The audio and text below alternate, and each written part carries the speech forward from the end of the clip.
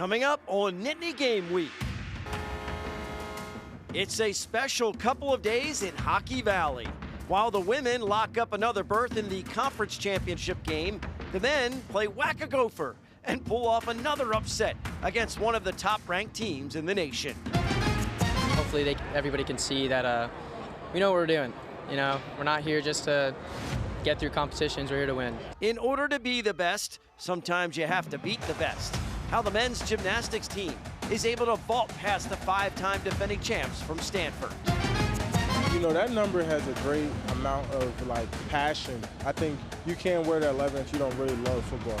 And he's excited to see the number 11 go back into the Arrington family. What Micah Parsons says makes wearing the Stick City number very unique for the blue and white.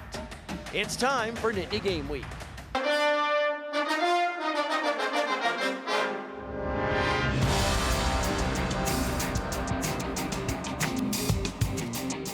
The winter sports prepare for strong finishes while the spring programs focus on fast starts. Hello, everyone, and welcome to Nittany Game Week. I'm Todd Sadowski. Yeah, and I'm Ryan Yee. Another week, another victory over one of the top teams in the nation for the men's hockey team, and the men's gymnastics team pulls off an upset at home over the 5-time defending NCAA champs. We will break down PSU's big day against Stanford in our roadmap to victory later in the show. Right now, we start with the women's hockey team going for another conference crown in our opening drive.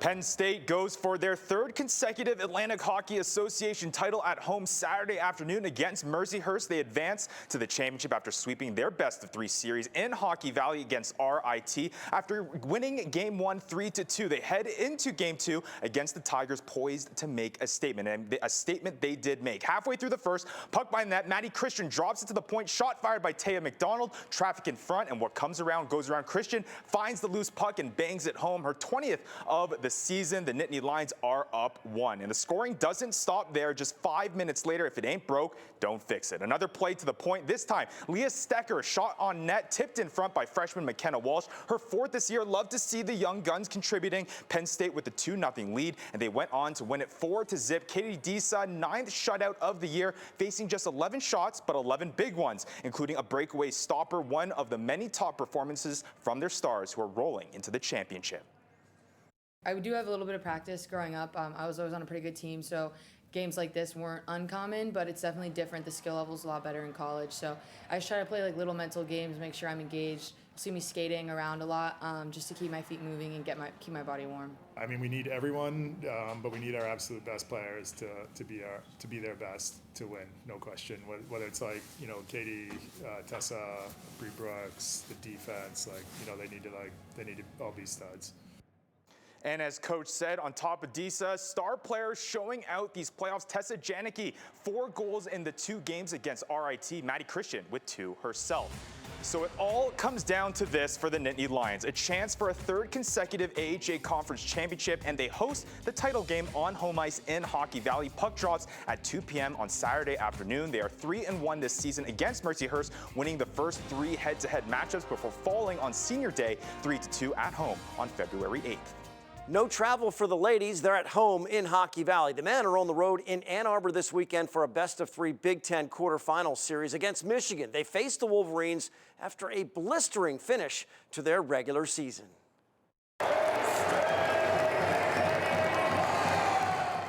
What a weekend it was in Hockey Valley. 5th largest home crowd in the history of the arena. Over 6,500. We check out action from Game 1 first. The home team comes to life midway through the second. Matthew DiMarsico weaves to the middle of the ice, wrists it home to knot things at 1. And that's the spark they need. The noise never settles around the building. Less than a minute later, they come at the Minnesota net in numbers. Puck falls in front, and it's J.J. Webush slides it home for the lead. Pagula Arena is at full volume. A thrilling game would need an extra session. And in overtime, it's the captain, Simon Mack. And Simon says, game over, off the far post and in. The Nittany Lions take out the Gophers 4-3. A spectacular performance from Penn State to take down number 2 in the first of 2 games. We have so many leaders in this locker room. And, obviously not the start we wanted to in the Big Ten this year. And it really just shows how much we've developed as a group, the mental toughness in that room and the leadership. It's been awesome, and obviously the job's not finished. We got a lot of hockey left to play here. And this might be the best part about the overtime winner from Mac. Look at Coach Guy Godowski's reaction. He's pumped. Oh, by the way, the win is his 400th as a college head coach, 30th coach in D1 history to reach the mark. Same two teams the next night, ready for the Whack-A-Gopher game. Can't give enough credit for this late regular season run to junior goalie Arseny Sergeyev. He's a brick wall on the breakaway, and it keeps this one scoreless after one period. Early in the second now, the Lions win the draw and feed it over to Mac. He sends it towards the net. It finds its way past the defense and the netminder. First goal of the game as they take the lead. It would not last. The Gophers, ranked second in the country for a reason, they fight back and earn the split in an action-packed 5-3 contest. 24,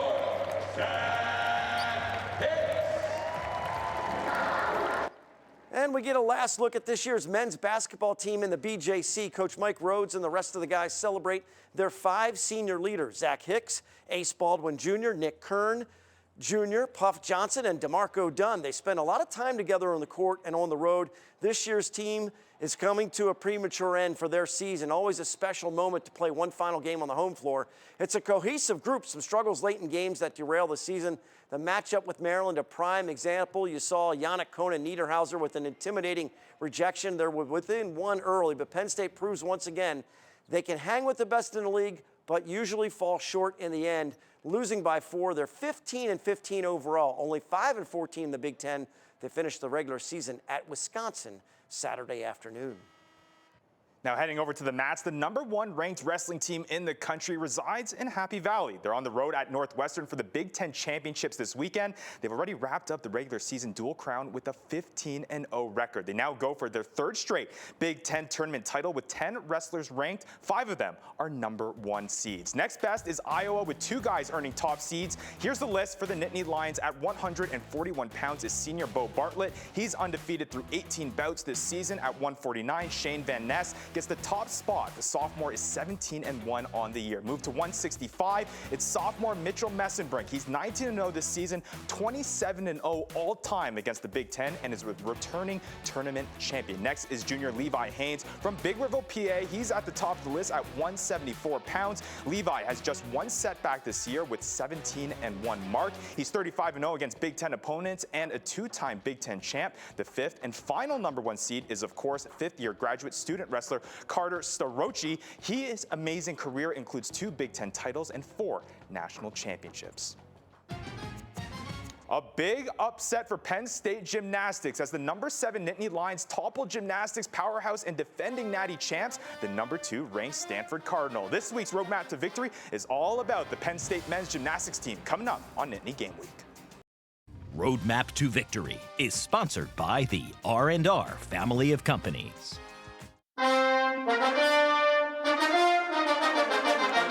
Welcome back to Nittany Game Week. Doesn't matter what college sport it is. To be the best, sometimes you need to beat the best. Yeah, that's right, Todd. That's exactly what the men's gymnastics team did last week in taking down the defending champ Stanford Cardinal. In this week's Roadmap to Victory, it's all about how Penn State has become a real threat for a 2025 national championship. Athletic Director Dr. Pat Kraft said it. There's sports that I don't think get any TLC. Our men's gym program ranks 7th. I think they're poised to win national championships. The men's gymnastics team showed it.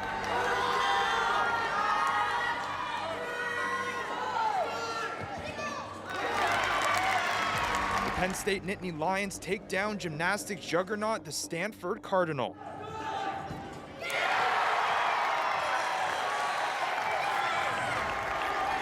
Stanford is the defending national champ. In fact, winners of the last 5 in a row.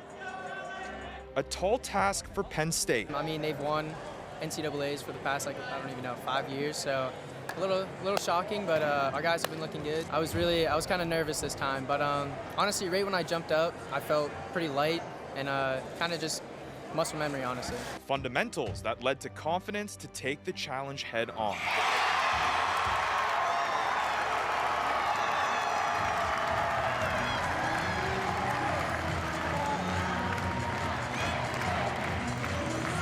Obviously, they're a great team. They've won 5 titles in a row. And, you know, you look at what that could have done to our team, they're not intimidated by any of that. It's about going out and doing our job, and they did that. They did our job. They did what they had to do. Again, 10 sticks, about a third of our routines were stuck landings, and a lot of hits. And that bodes for a strong team score and a great performance. A strong team performance indeed.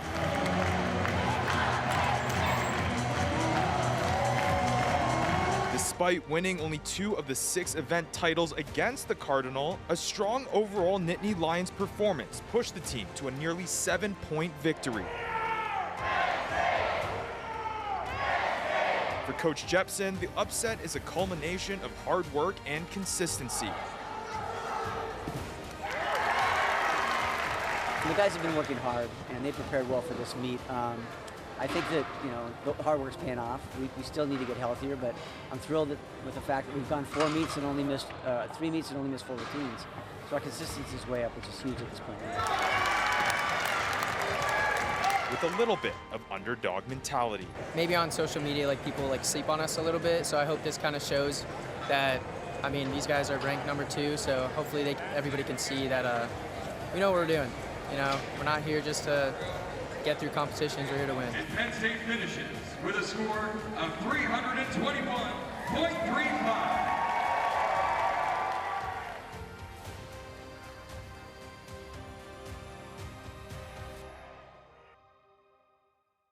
And the men's gymnastics team is now 4-1 on the season. They head to Illinois on Saturday for a Big Ten matchup, then back at home against Nebraska for Senior Day to wrap up their regular season. Well, Ryan showed us Pat Kraft's comments on the men's gymnastics team. He couldn't speak highly enough of the wrestling program, and rightfully so. He referred to it as the greatest wrestling program in the world several times during his media session a little over a week ago. Says it's easy to take the results for granted. Winning 11 of the last 13 national championships is beyond special. But I think we all have to understand what we are watching. It is the greatest.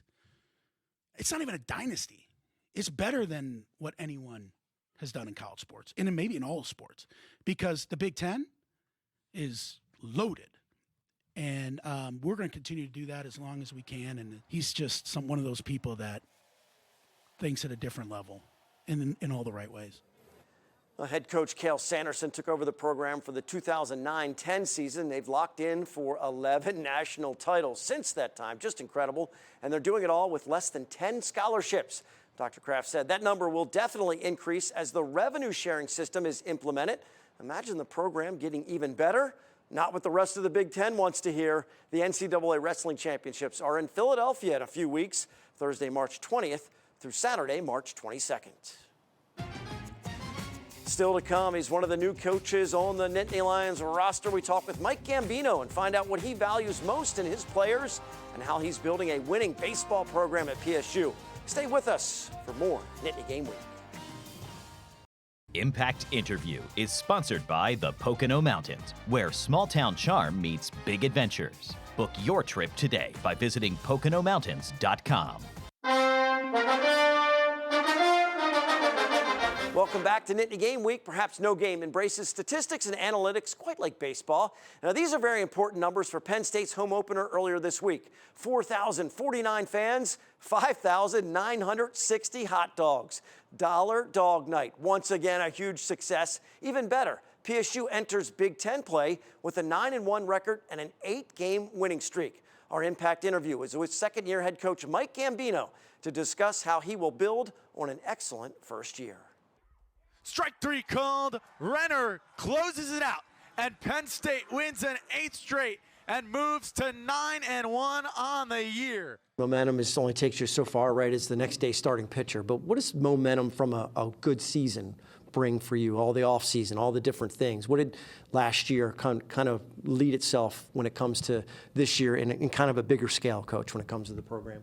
Yeah, we talk a lot here about the difference between the team and the program. This team has 1 year, one shot. That's it. They're part of the larger program dating back, for years, right? And from a program standpoint, we haven't been in a super regional since 2025. We're talking about postseason runs and getting into the NCAA tournament and winning Big Ten championships and going to Omaha for the College World Series. The momentum from the program standpoint, I think, happened a lot more in the summertime when there was some excitement about what could be coming for this program. So, the conversations in the transfer portal, the conversations on the recruiting, with high school recruiting, had changed. And there was this is a state that I've learned since I've been here. Before I moved here, everybody knew this is a great baseball state. We have really, really good high school players here. We have great high school coaches here.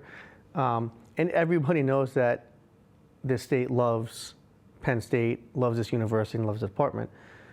So there was a lot of talk of like, man, if this program could ever get going, if we could start winning, this place and the state would really embrace it. I think we started to see that this summer.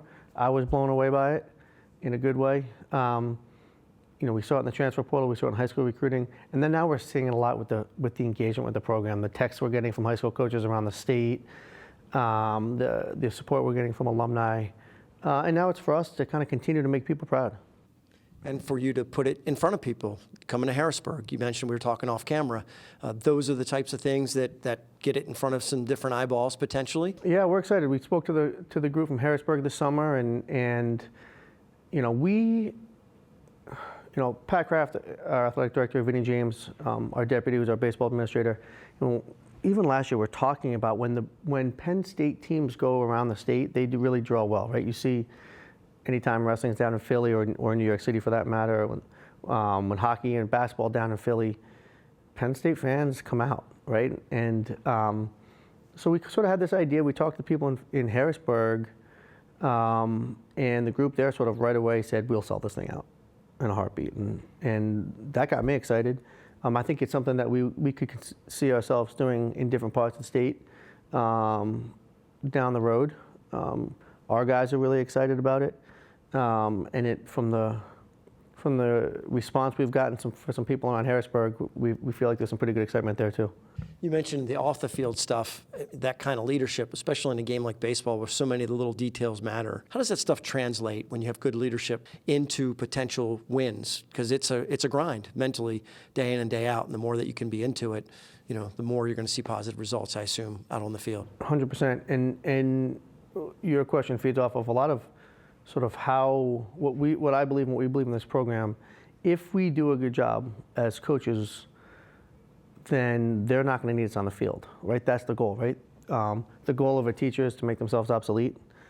So you need that leadership on the field, and I talk to these guys all the time that we want to get to the point that in all ball games, but especially in close ball games, in front of big crowds, they don't need to look in the dugout. They can just look like, hey, we got this, we're good.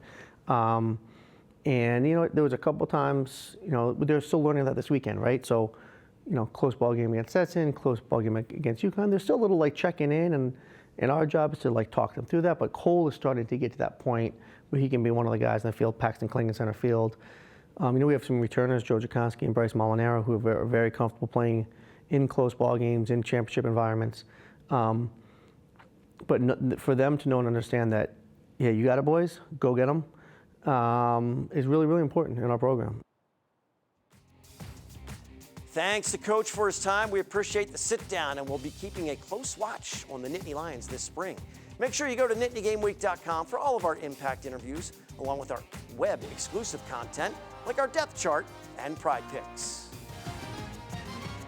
Coming up, former Penn State star Micah Parsons back in his hometown, why he's shopping with some local kids in Harrisburg, and what he says about LeVar Arrington Jr. becoming the next member of the Stick City Club. We're heading into the final minutes on Nittany Game Week. The Nittany Game Week Depth Chart is brought to you by Burke and Bradley Orthopedics. Located in Pittsburgh, Burke and Bradley Orthopedics is a comprehensive sports medicine practice, providing patients with the most current and innovative approaches in diagnosis and treatment.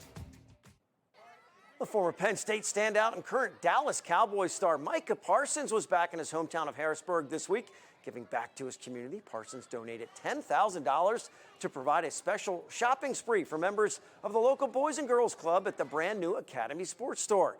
We were able to talk with Parsons at the event. He weighs in on the newest member of the Stick City Club. With Abdul Carter heading to the NFL, the number 11 jersey is back in the Arrington family with LeVar Arrington Jr. His son completely deserved it because I got the number and I never did anything on the football field. So I trust LeVar Arrington and his decisions when he says this person should have the number, and same thing with a duel. So, you know, that number has a great amount of, like, passion. I think you can't wear that 11 if you don't really love football. And you have to do more, and you're coached different, and you're challenged differently because that number has so much significance, not only to the people, but to the team. A great insight from Mike. A lot of expectations when you play linebacker and put on number 11 for the blue and white. Parsons emphasized the pride he takes in continuing the legacy of Stick City in the NFL, loving the increase of number 11 on the D-line across the league. Now it's time to honor some of Penn State Athletics' best in our Nittany Game Week Dean's List. This week we start off with some men's hockey. A player who played hero in the OT winner over Minnesota, Simon Mack, earns Big Ten Third Star of the Week. With that game winner, he moved into the 7th place for all-time goals scored by a Penn State defenseman. Over to women's gymnastics, Isabella Sacedo as one of 59 American Athletic nominees, an award given to the most outstanding senior. The list goes on and on with the statements Sacedo has made on the gymnastics program. Over to the track and field, we have a handful of athletes to shout out. Olivier de Mules was named to the All-Big Ten first team along with Ada Rand, who also earns All-Freshman Big Ten honors. And we'd love to also shout out things happening off the track. Maddie Pitts and Darius Smallwood, who were given Big Ten Sportsmanship Awards. Nittany Lions make an all-around name both on and off the track. Congrats to this week's Dean's List honorees. In addition to a television show, we're bringing Nittany Lions together with our depth chart at NittanyGameWeek.com. Make sure to visit or check out the businesses that support the show and reach out for more information on their professional services. Our goal is to build a team that keeps our hometowns strong. And if you haven't noticed, we have a lot to share with you when it comes to Penn State sports. It doesn't all fit into a 30-minute window. Make sure to check out NittanyGameWeek.com for web-exclusive content. We finished with some pride picks. Make sure to show us your spirit as you're cheering on the blue and white. For Ryan, I'm Todd. Thanks so much for watching Nittany Game Week. We'll see you next time.